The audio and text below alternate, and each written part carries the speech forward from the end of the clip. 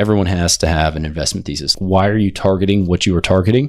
Explain that to me. And then let me see if I can get on board with that type of investment. And if it fits as a limited partner, let me see if it fits my investment needs or my return needs. If you're a residential real estate agent earning $200,000 a year and you want to grow your passive income, this show's for you. Learn the secrets other agents use and hear from experts in our field in order to guide you along your journey to investing in assets like apartment communities so that you can turn your commissions into cash flow. I'm Randall McCleard. Let's go, baby. All right. Welcome back to Agents Building Cash Flow. This is Randall McCleard. Happy to have you here today. Looking forward to covering a topic that you're going to need to know about when you are looking for passive investments in syndications. We're going to heavily focus on syndications today. A brief overview on what syndications are. It's where you pool your money together with other investors to acquire an asset or an investment of some kind, right? That's the high level. That's what you need to know. And so when you were doing that and you are investing, say you just closed a deal and you're moving your money from just commissions into an investment, then whoever you're investing that money with, you're going to want to ask some questions. So I put together I think it's going to be a 4-part series. We'll see, but it's about 50 questions that you can ask. It's super detailed. So just know that usually when you're first starting doing this type of investing, you're probably going to want to find somebody that you know, that you like, you trust, and invest with them. And you'll kind of learn all of this stuff as you go. But it's always good to know this information while you're starting out. So take it with a grain of salt, and getting this many details on your first deal may be the type of person that you are, but you also may be easy to just say, hey friend, I know that you buy multifamily and you're taking $50,000. Here's my money. But here's some other questions you could ask. All right, here we go. So the first one is, who is the actual sponsor, or who is the KP, which stands for key principal, for this deal? And so that question, again, when you think about a syndication, what that is, typically there's someone who is leading the acquisition or leading the deal. They are the ones who will be running the asset. I'm going to talk just multifamily in this case, just because that's what we focus on. So if you're going after a multifamily asset, 150 unit deal, and Ridgeline Investment Group, my company, goes out and buys it, we would be the lead sponsor. So that's the actual sponsor that is in this question. And so if I partner with other, general partners to come into a deal to help me raise capital for that deal, they may not be the lead. So if you had a friend that came to you and they say, hey, invest some money in this deal, it's going to be great. And you say, great. And you give them money. And then all of a sudden you find out that Ridgeline is running the deal. That's why this question is important. So you know who is actually running the asset, because everything else stems from their experience in the operations, right? A second half of that question was, who's the key principal for this deal? That means who's signing on the debt? Who is the one working with the bank? And that could be another partner in the deal. So it could be good to know that as well. So the second question, what is their experience? Might sound obvious, but it may not be, right? If you're working with a new sponsor who's never gone and never acquired the type of asset or the investment that you are looking to invest in, that make you want to change the terms of the deal. Again, if it's your friend, if it's a family member, if it's somebody that is just starting out and doing it, but you trust them and you know they're going to do right by your investment, then it's not necessarily hey, no, I'm not going to invest in this deal. It may be, all right, I know you were offering X, Y, and Z for your returns. Can I get some other sort of return, because it's a little bit riskier for me to put my money into that deal? And so that's a conversation that you can have, but it's just good to know what the experience level of the team. All right, question number 3. How long have you been doing real estate personally, and how long has the company been in business? So again, this is tailored specifically to real estate investing. And so it's obviously good to know, again, it's more of an experience question. So there are different types of partners in a syndication. Some people just raise capital. They don't have any experience running real estate, managing an asset, anything like that. They are literally just raising capital for a deal. And so you, as the investor, need to know who's actually running it. Again, goes back to that experience. Who's the actual sponsor? So a lot of that is what these first 3 questions are about. How long have you been in business? Again, if it's a fly-by-night deal, or if it's a brand new sponsor who's never had any experience doing anything, that should be a red flag, unless it's somebody that you know, like, and trust, and you know they're breaking into an industry and they have the team behind them, right? So question number 4, again, real estate related. Does anyone in your team have construction experience? So for us, I have a ton of background in construction because I've been flipping houses for such a long time. I have been working with contractors for years and years, a lot of project management experience.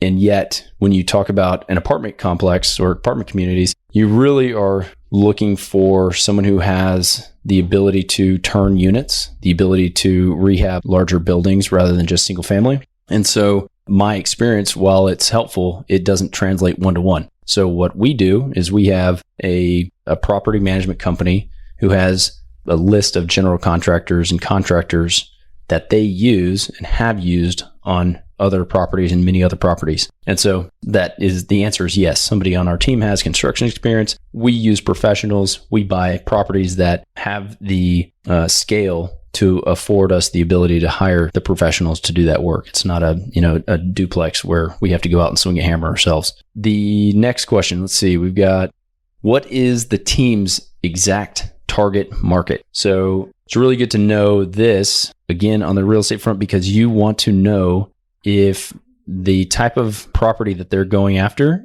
is within their buy box, right? If it's brand new, say, again, Ridgeline, we're going after 100 to 200 unit Class B apartment complexes in the Texas market that hit certain metrics.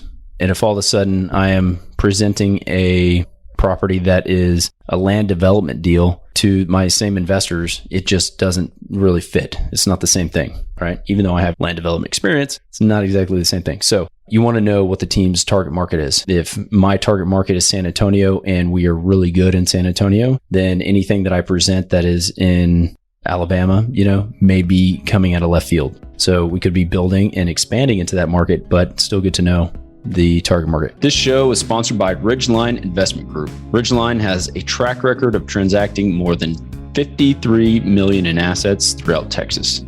Ridgeline is currently looking to acquire 100 to 200 unit Class B multifamily communities between 5 and 20 million in San Antonio, Temple, Waco, Tyler, and other secondary markets in Texas. To learn more about Ridgeline Investment Group, visit www.ridgelineig.com. Question number 6, what is the team's investment criteria and why? So that's your investment thesis, right? Any sponsor, whether it's a venture capitalist, whether it is a hedge fund or real estate based, everyone has to have an investment thesis. Like, why are you targeting what you are targeting? Explain that to me. And then let me see if I can get on board with that type of investment. And if it fits as an limited partner, let me see if it fits my investment needs or my return needs, right? So definitely ask what the team is looking at. And it should be pretty evident and obvious what they're doing. If it's not, here's my buy box and this is why we believe in what we're doing, then that should be a red flag for you. All right, let's see. We got question 7. Can you provide any of your investors as references? I mean, that's a big one. So if the syndicator or the sponsor is going out and raising and doesn't have any references, hasn't ever raised capital, or doesn't have any kind of track record for paying money back, then that also could be a red flag. So again, just keep that in mind. Ask that question, get some referrals, get some references, and protect yourself, your investment. Let's see. Next one. Why did you choose this market and this property? Kind of the same as, question 5 and 6. Why did you choose these two markets or the market and the property?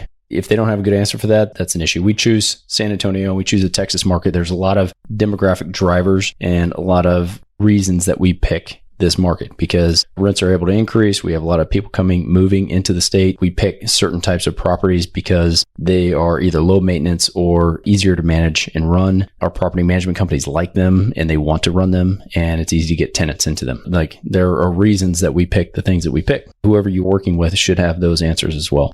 Number 9, do you own other assets in this market? So this is a good question because if you've got multiple assets in one market, then you get even further economies of scale. Again, going from single family world to apartments, you are already getting economies of scale because you have more doors under one roof and you have one property management company that can handle all of it, right?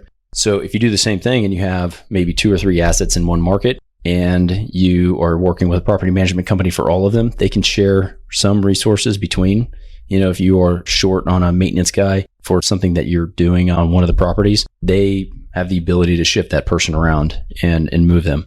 And so it's good to know that. And then obviously, if you have multiple assets in one market, how your other assets are performing. and how maybe a new one that you're about to acquire should be performing. So it helps you with your underwriting, helps you make sure that the deals you're looking at make sense and they pencil, and you can just expand in that market.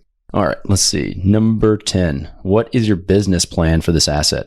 When you think about a business plan, you'll hear me talk about it a lot because each individual asset you acquire, it is like you're buying its own business. So each business that you ever own or operate or run needs a business plan. And so when we are buying Class B properties that need a value add, we are going to put together a capital expense budget that says we're going to fix the parking lot.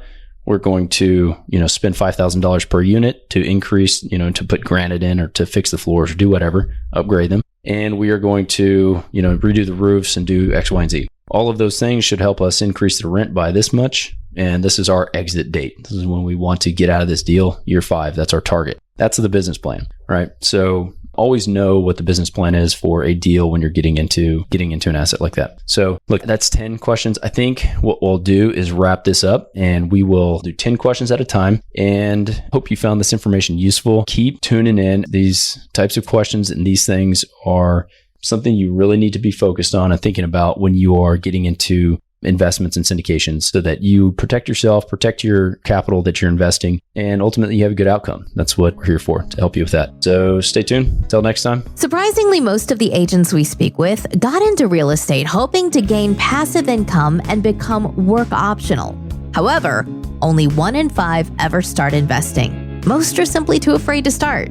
Once you get educated by listening to this show, you'll be able to overcome that fear and become the 1 in 5 who are finding financial freedom. Don't miss a single episode. If you want to stay up to date, the best way is to make sure you're subscribed. So if you haven't done that, go ahead and do it now. And we'll catch you on the next episode.